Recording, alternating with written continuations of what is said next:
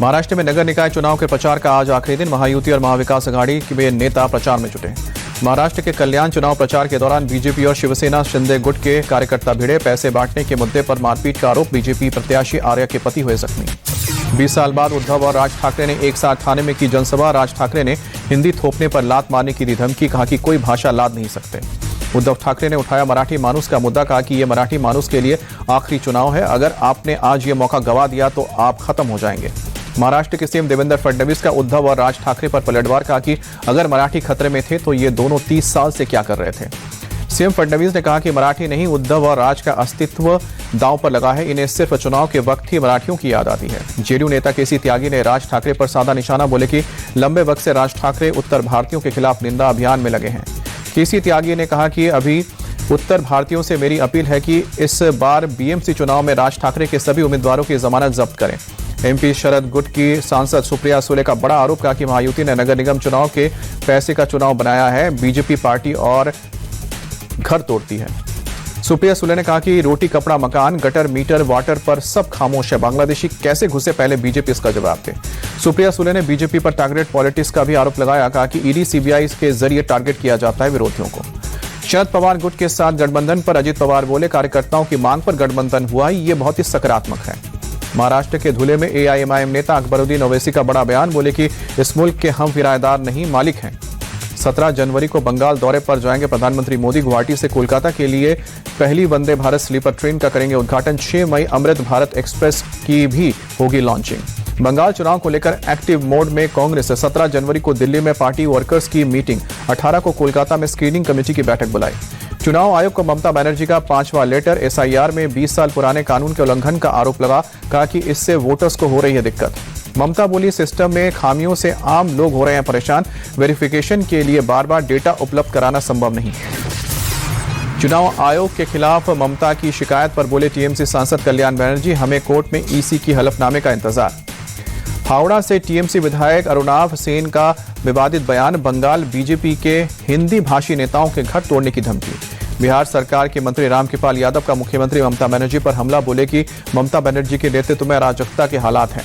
रामकृपाल यादव ने निशाना साधते हुए कहा कि बंगाल में जिस दिन चुनाव होगा लोग वोट की चोट से ममता बनर्जी और उनकी पार्टी को बंगाल से बाहर करने का काम करेंगे। अंकिता भंडारी मामले पर कांग्रेस के बंद को नहीं मिला है पब्लिक का सपोर्ट। राज्य सरकार की सीबीआई जांच वाली सिफारिश के बाद व्यापारियों ने जगह जगह खोली है दुकान।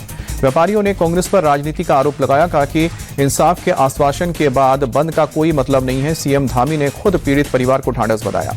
बांग्लादेश में एक और हिंदू का मर्डर। चिटागोंग में 28 साल के समीर दास की हत्या। स्थानीय कट्टरपंथियों ने समीर से रंगदारी मांगी।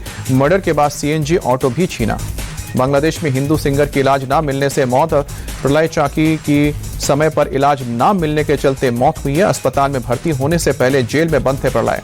चीन ने जम्मू कश्मीर की सक्सगाम घाटी को बताया अपना। चीनी विदेश मंत्रालय ने कहा कि सक्सगाम घाटी चीन का हिस्सा है। इस इलाके में इंफ्रास्ट्रक्चर बनाने का काम करने का अधिकार भी चीन के पास है। भारत ने सक्सगाम की घाटी में चीन के कंट्रोल को बताया अवैध। सी पैक के जरिए चीन इसी इलाके में पाकिस्तान तक बना रहा है सड़क। पाकिस्तान ने 1948 में सक्सगाम घाटी पर अवैध कब्जा किया था। साल 1963 में इसी इलाके को चीन को सौंप दिया गया था। लखनऊ की किंग जॉर्ज मेडिकल यूनिवर्सिटी में आज होने वाली हड़ताल टली। पुलिस को दिया एफआईआर करने के लिए 1 दिन का वक्त। डॉक्टर, कर्मचारी और स्टूडेंट्स की संयुक्त समिति का अल्टीमेटम। अगर आज एफआईआर नहीं हुई तो 14 जनवरी से होगी हड़ताल। इमरजेंसी के अलावा सभी ओपीडी सेवा बंद रहेगी। केजीएमयू की वाइस चांसलर सोनिया नित्यानंद ने सीएम योगी से की मुलाकात। कहा कि आरोपी डॉक्टर रमीज के खिलाफ प्रशासन ने लिया है एक्शन। केजीएमयू की फैक्ट फाइंडिंग कमेटी ने धर्मांतरण के मामले की एसटीएफ से जांच की सिफारिश की। राज्य सरकार को जांच के लिए लिखा पत्र। गोंडा में पुलिस मुठभेड़ में 25,000 का इनामी बदमाश घायल। चोरी की बाइक, तमंचा और 40,000 कैश बरामद किया।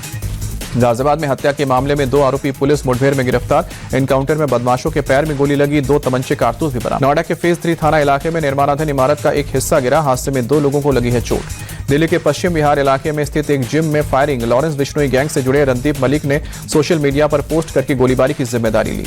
दिल्ली के बारापुला फ्लाईओवर पर हादसा। सराय काले खां की तरफ जाने वाली रिंग रोड पर गाड़ी डिवाइडर से टकराई, एक शख्स की मौत हुई।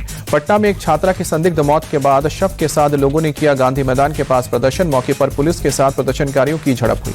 हॉस्टल में रहकर नीट की तैयारी कर रही छात्रा की रविवार को इलाज के दौरान हुई थी मौत। यूरिन टेस्ट में नींद की दवा की पुष्टि हुई है। पोस्टमार्टम रिपोर्ट का इंतजार है। बिहार के जमुई में अपराधी बेखौफ हैं। कोर्ट से घर लौटते वक्त बाइक सवार बदमाशों ने शख्स की गोली मारकर हत्या की। घटनास्थल से एक मैगजीन और 2 खोखा बरामद हुए हैं। आरोपी की तलाश जारी। छत्तीसगढ़ के महासमुंद में एलपीजी सिलेंडर्स ने भरे पिकअप में आग लगी। ब्लास्ट से अफरा तफरी मची। ड्राइवर की सूझबूझ से बड़ा हादसा होते होते टला।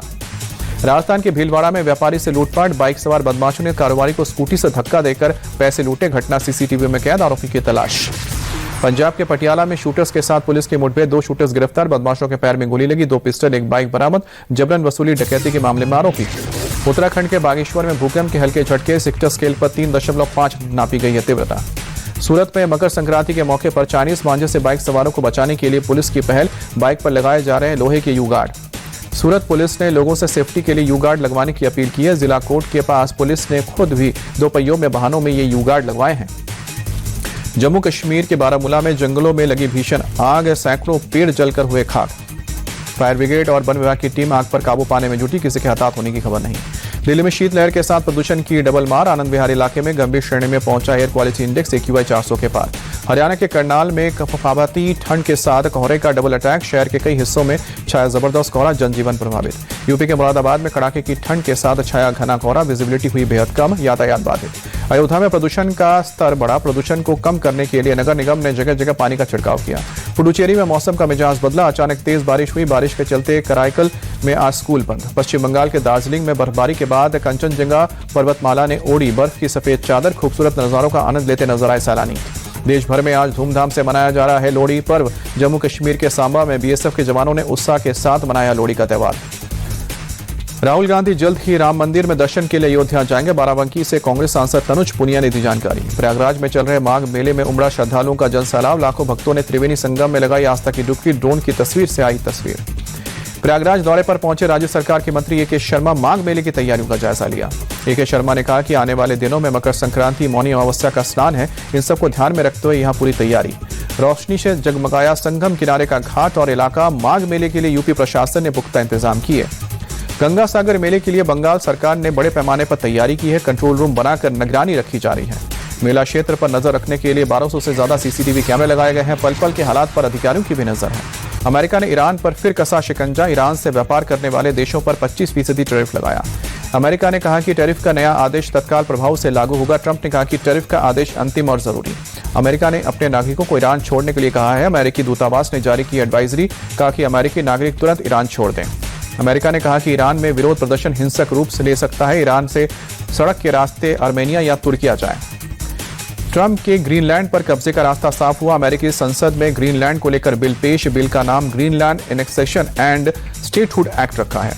अमेरिकी कब्जे अमेरिकी राज्य का दर्जा देने की मांग। बिल के जरिए ट्रंप को ग्रीनलैंड में एक्शन की मिलेगी खुली छूट। ग्रीनलैंड पर अमेरिकी राष्ट्रपति डोनाल्ड ट्रंप ने डेनमार्क को भड़काया। कहा कि 500 साल पहले एक नाव लेकर ग्रीनलैंड पहुंच जाने की वजह से उस जमीन का मालिकाना हक उन्हें नहीं मिल जाता। राष्ट्रपति ट्रंप ने कहा कि हम ग्रीनलैंड को लेकर रहेंगे, चाहे प्यार से या फिर जबरन।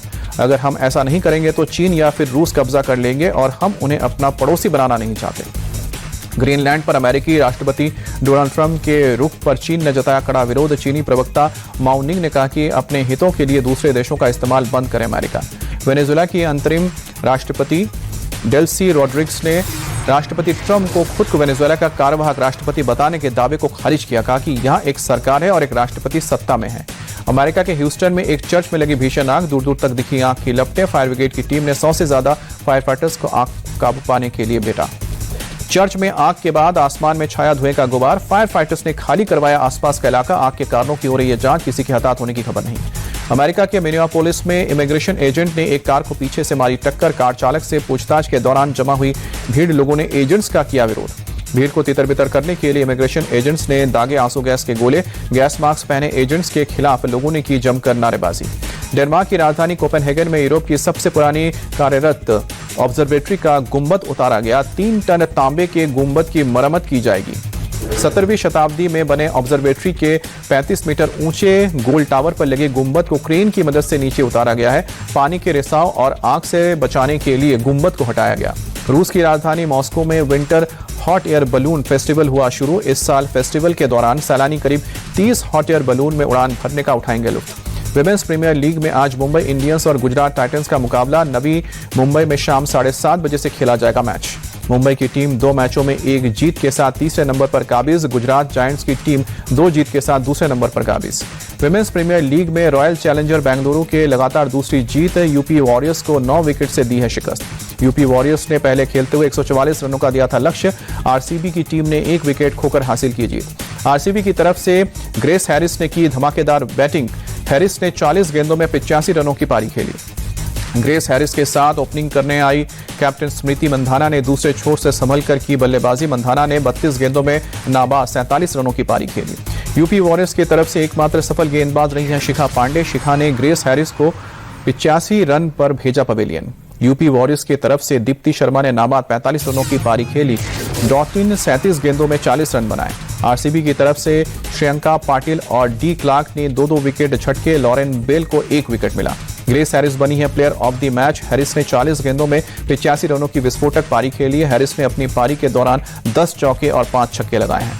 भारत और न्यूजीलैंड के बीच वनडे सीरीज से बाहर हुए ऑलराउंडर वाशिंगटन सुंदर पहले वनडे में गेंदबाजी के दौरान मांसपेशियों में आया था खिंचाव। वाशिंगटन सुंदर की जगह आयुष बडौनी को टीम में किया गया है शामिल। वनडे में पहली बार आयुष बडौनी को मिला है मौका।